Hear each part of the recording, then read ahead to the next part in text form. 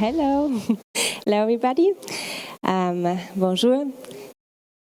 My name is Theresia. I'm trained in Arctic marine biology, and I'm working for ORCHIS, which is an environmental planning company, and that means that we are performing environmental impact assessments before and during the construction phase of wind parks. And you can just find that us directly behind the pitch area. Next to me is sitting my colleague Kati. Kati is in charge for the marketing and the communication here in France. So if you have any questions about what we are doing, you can go to her afterwards.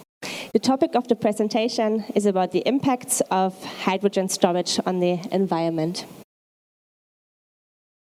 In general, it is thought that the combination of offshore wind parks and on-site green hydrogen production could accelerate the energy transition.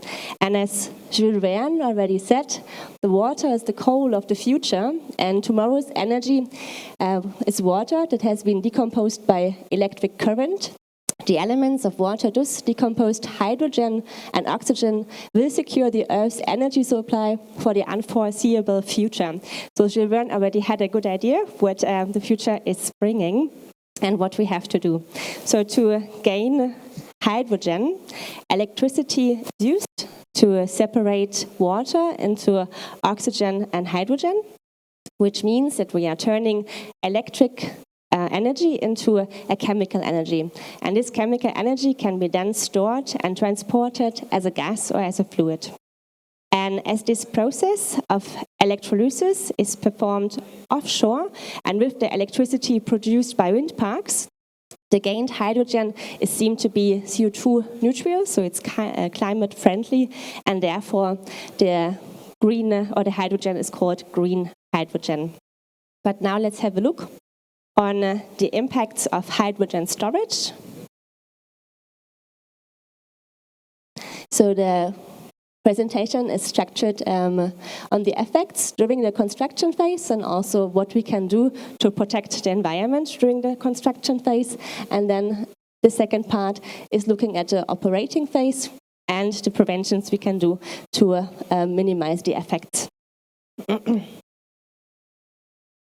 The effects during the construction phase of the hydrogen plants are the same or similar as for wind parks. The construction of the foundation is the most problematic part. So when the piles are driven into the soil, there's a lot of noise which gets emitted. And then animals living in the bentos or in the bento area, they can lose their habitat due to soil sealing, and there's a sediment resuspension, and means that sediment will be flowing around, and so visual predators can be temporarily disturbed. And also when the sediment is then flowing down again, it can be on the seafloor and therefore harmful for benthic animals. The same also stresses apply for the construction of the pipelines. To our current knowledge, marine mammals, they are very sensitive to noise disturbance, and even more, they can be harmed, their hearing can be harmed by too much noise, and therefore it's very important to take care of them and to scare them away before the construction process starts. So we can emit some acoustic signals to scare them away, but we can also use shielding technologies, and we can see a bubble curtain here in the slide. So they are basically air bubbles which are released into the water body, and these air bubbles, they prevent the sound waves from transporting huge distances. And there are also some limits on the sound levels which can be emitted. And there are also new technologies which are more noise reducing. And now we are jumping to the operating phase. So the wind park is installed and also the hydrogen is produced. There are some various effects which can be for the environment. For example, we have a collision risk with birds. And birds, they are masters of migration. So they fly huge distances, and these wind parks, they can be on the migration routes of birds, which can disturb it. But it is a rather small problem because birds, they have a natural avoidance behavior. Then we have a discharge of wastewater from the desalination process into the water body.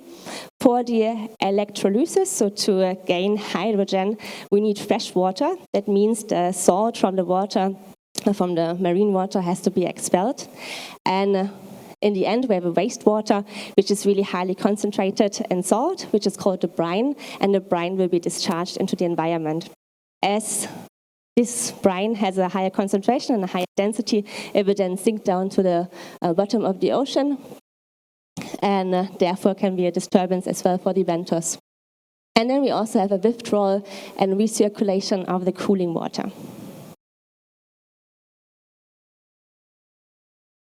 So now we will move on to the impacts from the desalination process.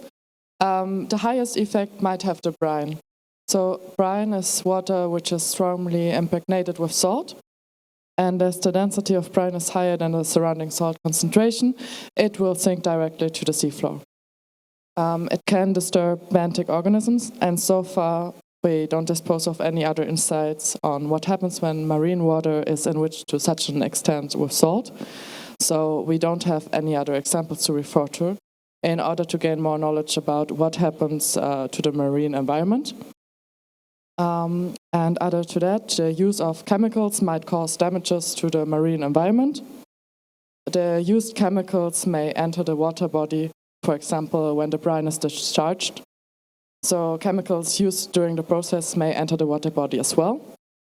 And also smaller organisms can be damaged when the water body is discharged using high velocity nozzles. The desalination process can be done, for instance, with high temperatures, and therefore cooling water will be needed for the plant itself.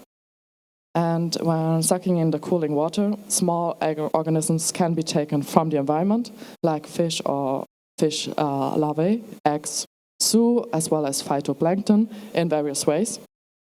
They might lose their limbs, for example, they might suffer hydronic stress or have chemical damage due to the use of chemicals and biocides.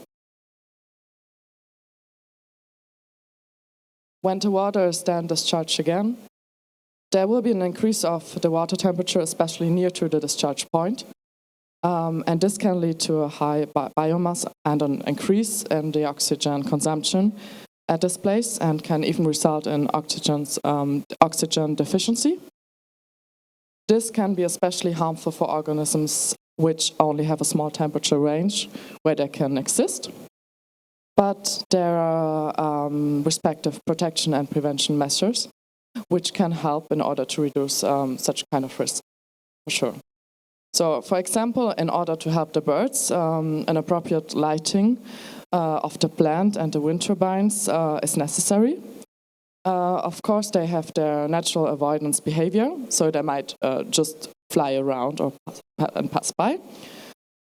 To mitigate the damage caused by the brine and the water discharge, the brine can be mixed with ambient water quite rapidly using multiple diffusers. So the brine is entering the water body, and then it is mixed directly with a lot of ambient water. So it is diluted, basically. So you don't have this high concentration at any point at this point, one point anymore. Then the chemicals can be filtered out before the discharge, and there is also recommended discharge velocity, which should not be higher than 3.5 meters per second. And that means that negative effects caused by the brine and the cooling water discharge on marine environment can indeed be minimized by the protection and preventing measures. So green hydrogen is a climate-friendly method, especially maybe if it's used in a combination with floating wind parks and floating hydrogen storages. But still, its production and storage must be linked to nature conservation. And we also we know already a few things, a few methods how we can mitigate the impacts, but further research is needed to completely understand its impact on the marine environment. So thank you for your attention. If you have any questions, you can come to us. Thank you.